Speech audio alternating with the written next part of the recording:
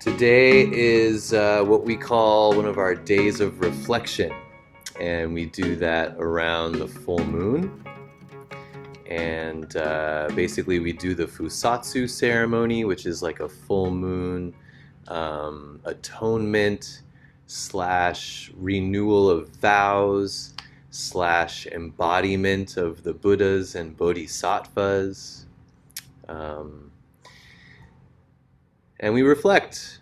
We reflect on our practice, on our conduct, right? Our meal gatha says we reflect on our values and conduct. I love that. It's interesting.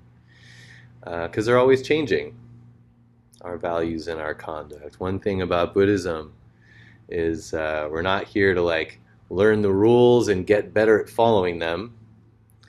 We're here to play. We're here to play and dance with how rules serve us, how rules harm us, how rules can change for better or worse. So yeah, and then one practice that we have for our day of reflection, as fashioned by Bernie Glassman, who is like my Dharma grandfather. He's the teacher of our founder. He liked to take these days of reflection. I think it was him. Sorry if I'm miscrediting you or missing someone else. But to basically, at each full moon, each day of reflection, to choose one of the 10 precepts and focus on that one for the day. And our precepts for us are kind of like the 10 Commandments-ish in Judeo-Christian religions. In earlier kinds of Buddhism, there's like hundreds and hundreds of guidelines for conduct and ethics. But I think it was Dogen Zenji who kind of like shepherded our lineage through Japan. He said, let's just do 10. Or I guess 16 technically. But anyway, there's 10 main bodhisattva precepts that we really study and practice quite diligently and continuously. And so for today's day of reflection, we're looking at the 7th precept, which is not elevating myself and putting down others. Elevating myself and putting down others. What's up, Elias?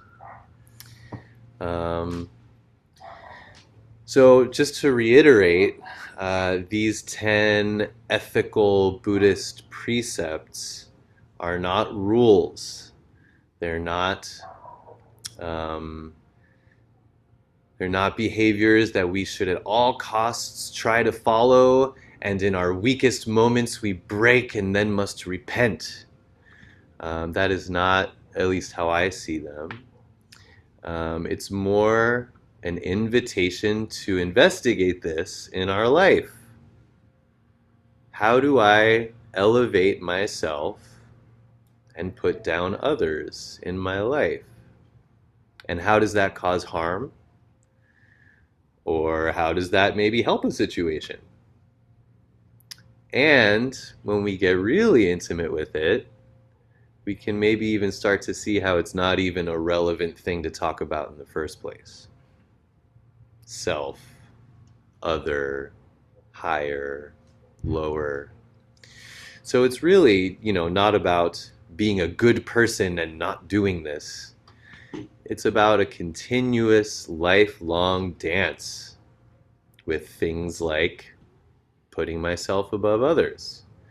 And it's interesting to look at the different translations.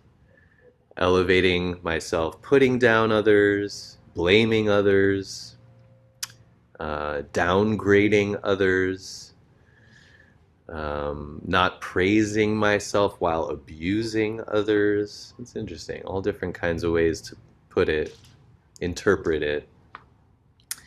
And we like to focus on 3 particular iterations of these precepts. And so I like going through those 3. It also takes us on kind of a journey through time. So most recently, the Zen Peacemakers, which is an organization that was definitely started by Bernie Glassman. Um, I got you, bro.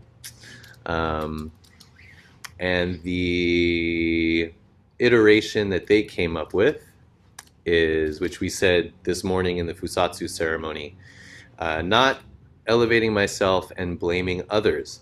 I will speak what I perceive to be the truth without guilt or blame. I will give my best effort and accept the results. I like that. Isn't that an interesting way to interpret this? I will speak what I perceive to be the truth without guilt or blame.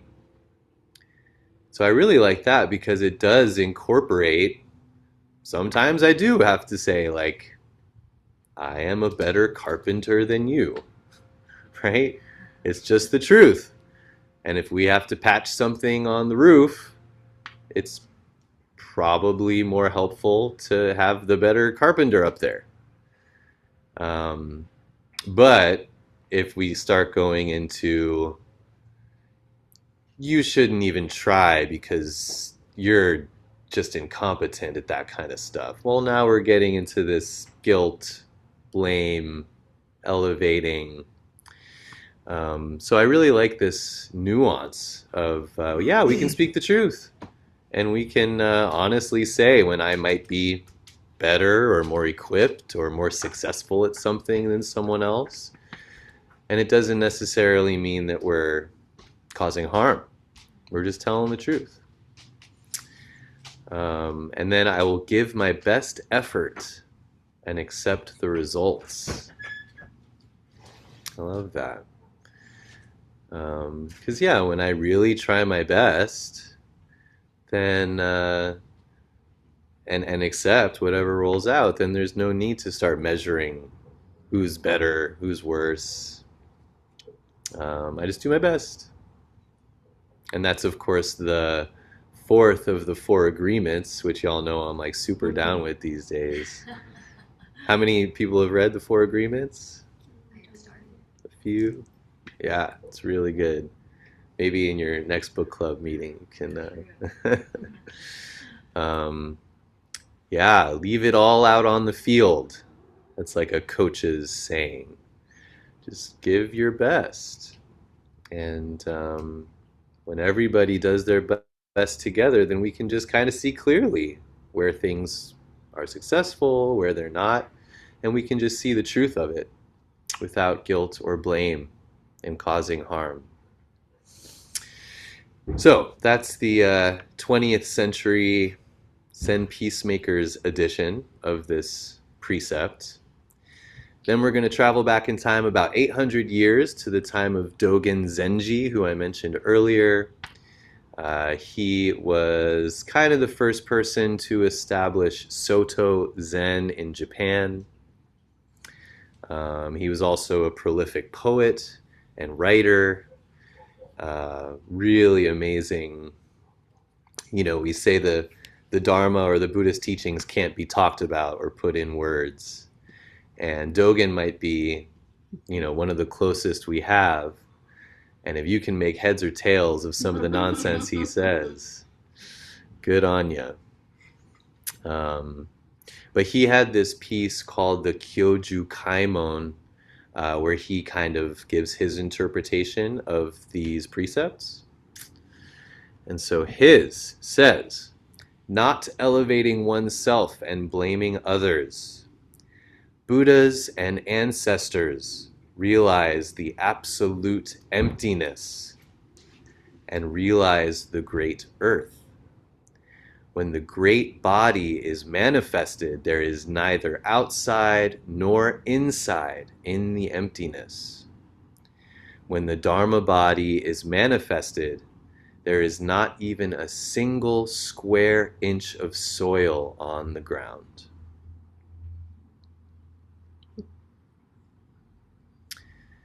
So, Buddhas and ancestors realize the absolute emptiness.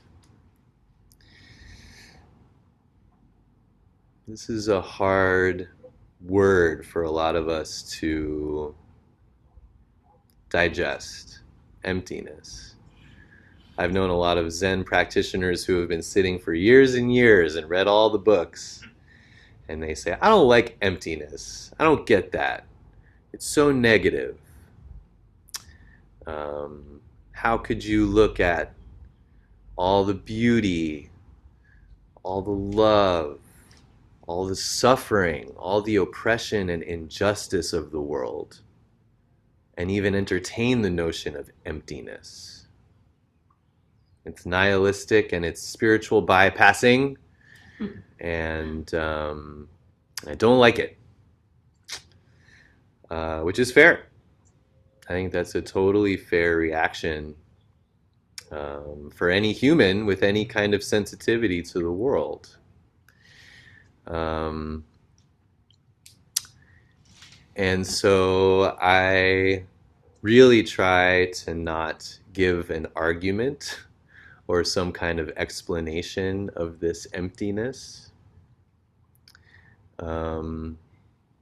All I can say is that this practice of meditation is all about our experience. And for thousands of years, meditators of all kinds of traditions have talked about these moments of dropping away and realizing the oneness, right? Oneness is kind of synonymous with emptiness, vastness, just this one, this. And, you know, when I first read and learned about emptiness, my reaction was curiosity, not rejection. I reject that notion. Yeah, no, it was like, what the fuck are you talking about? Emptiness, what? And that's what Zazen is. What is this emptiness? I don't get it. This is solid. What do you mean empty? So all I will say is this emptiness is freedom. And it is the essential nature of our life. And if you extend the invitation, I hope y'all become friends. No. So Buddhas and ancestors realized the absolute emptiness. And, you know, even when we talk about impermanence, right? We get that. Buddhism, one of his first teachings, the world is impermanent. Everything's always changing. And so if we take that to its extreme, everything is just water, air, movement, changing. Even just talking about it like that, you kind of get this flavor of emptiness. Nothing solid, nothing permanent, nothing to hold on to.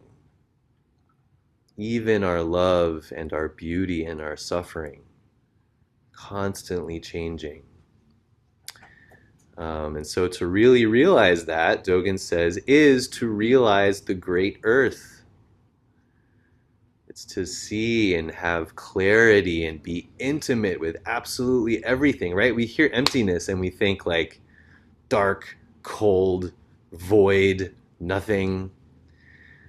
But when we really commune with the great absolute emptiness, we actually see how full it is. And we see how it includes everything. And it's actually an invitation of intimacy, the exact opposite of cold and void. To really connect hearts with the great emptiness is just to naturally be intimate with absolutely everything. Every bird, every ant, every fight, every book, whatever.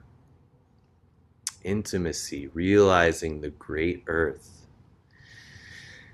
And then he says, when the great body is manifested, when we see that this entire universe is nothing else but my body, then there's neither outside nor inside. Inside of me, outside of me, inside the yurt, outside the yurt, all these perceived boundaries that separate us and things, all of a sudden kind of it's harder to take them seriously. They start to become kind of funny in a way. Or they become toys to play with, tools to use to make a better world, as opposed to hard and fast boundaries, separations. So, which is interesting to me. I don't know. I've just been thinking about this a lot. Maybe y'all are familiar with the famous Dogen quote that when we do Zazen, we take the light and turn it inwards. Maybe y'all have heard that before. So instead of like trying to fix the world by like being out there, trying to get peace by like fixing the world outside, we focus inward and we realize that everything we need is inside of us, stuff like that. But that kind of assumes that this light that we're sitting with, that we're playing with, is like a flashlight, right? And it can either be pointed outwards or it can be pointed inwards. And I guess that's kind of useful. That can be helpful when we're like really fixated on fixing the world.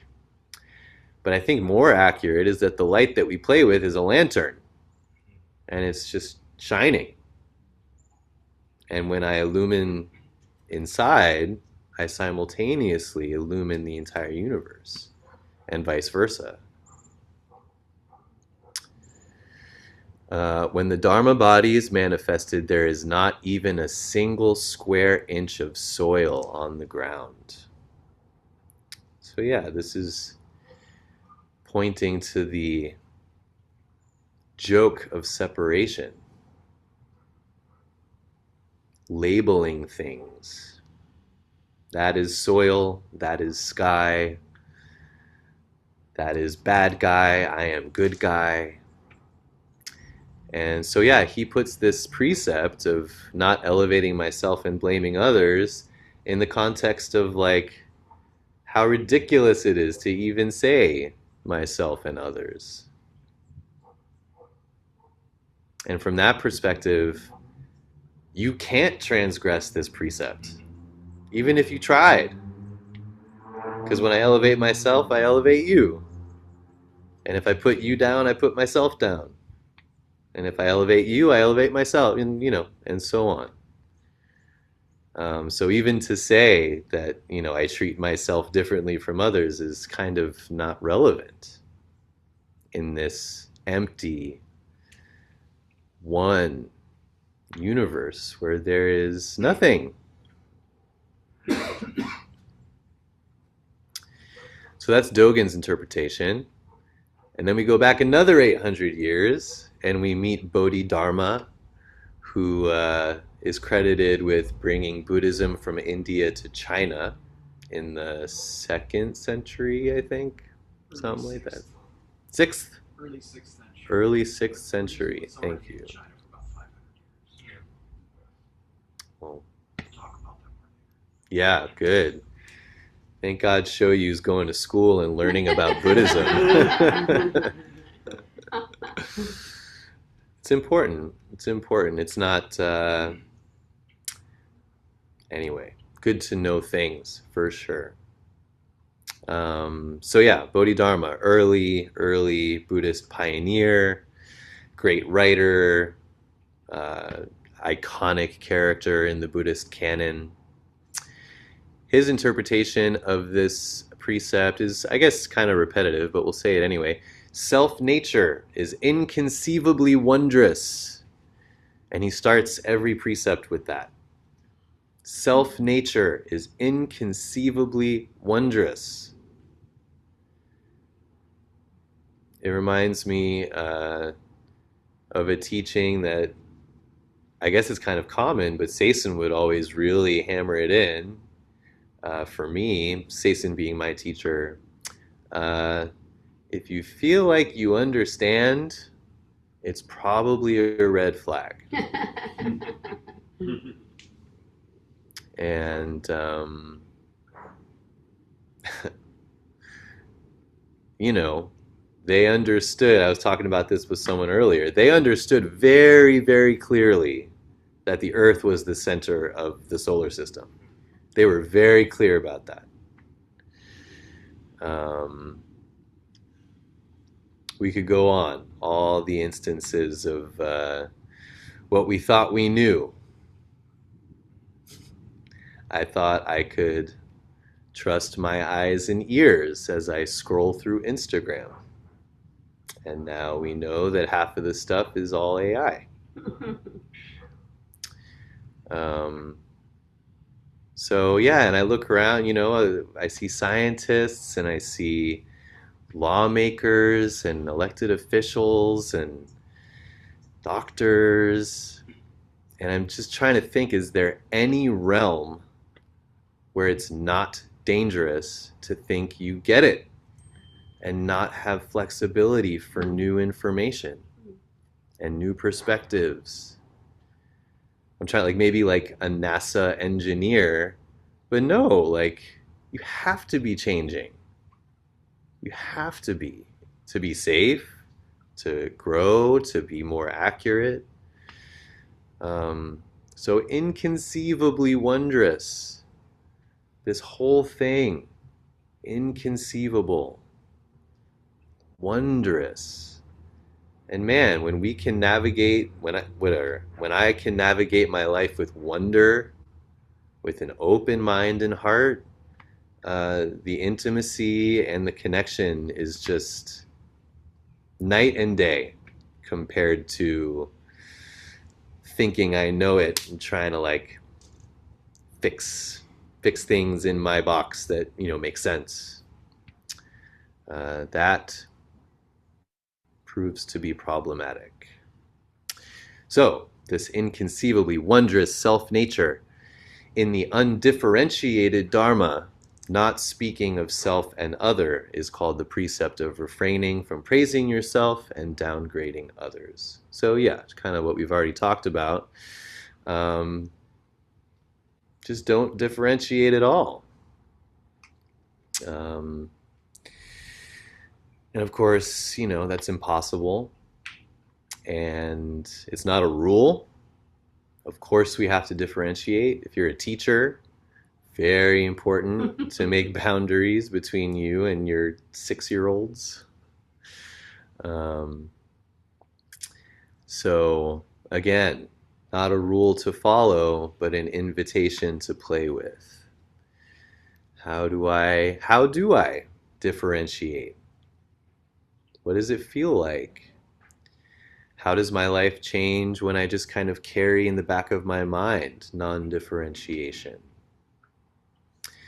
And of course, carrying around this concept is very different from sitting, right? I mean, all of this stuff, living a life of inconceivable wonder, living a life of emptiness, um, not differentiating, all of this stuff is aided, supported, and cultivated through Zazen, right? If we think about it and we write things about it and we journal about it and we talk to people about it, that's fine. I think that's cool. Can be inspirational.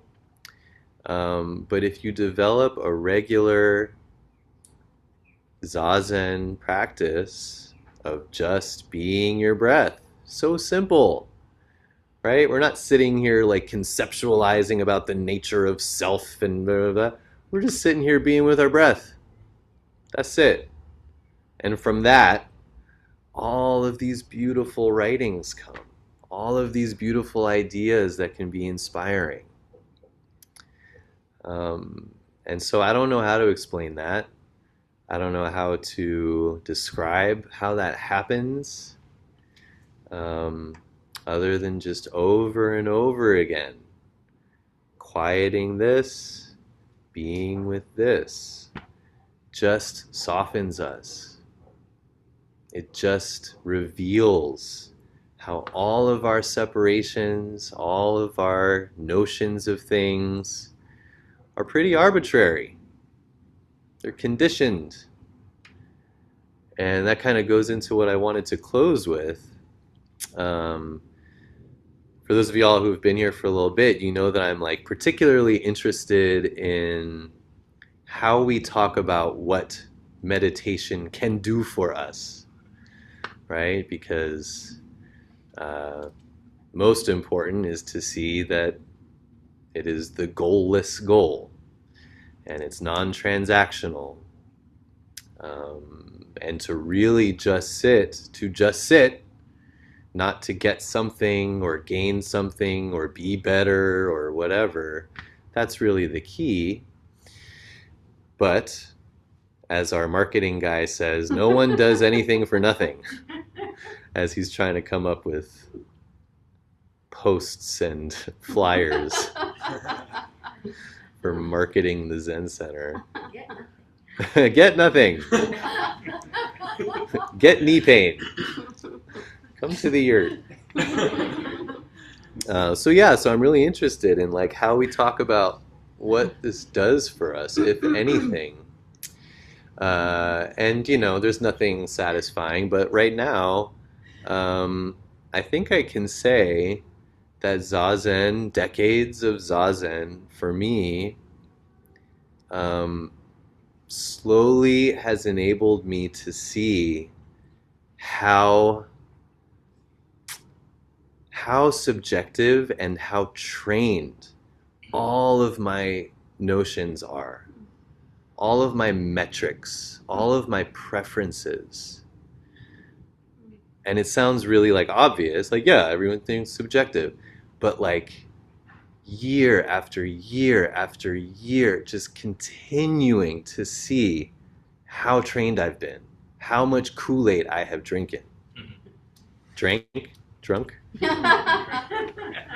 My mom's gonna be mad at me. She's she's an English teacher. Um,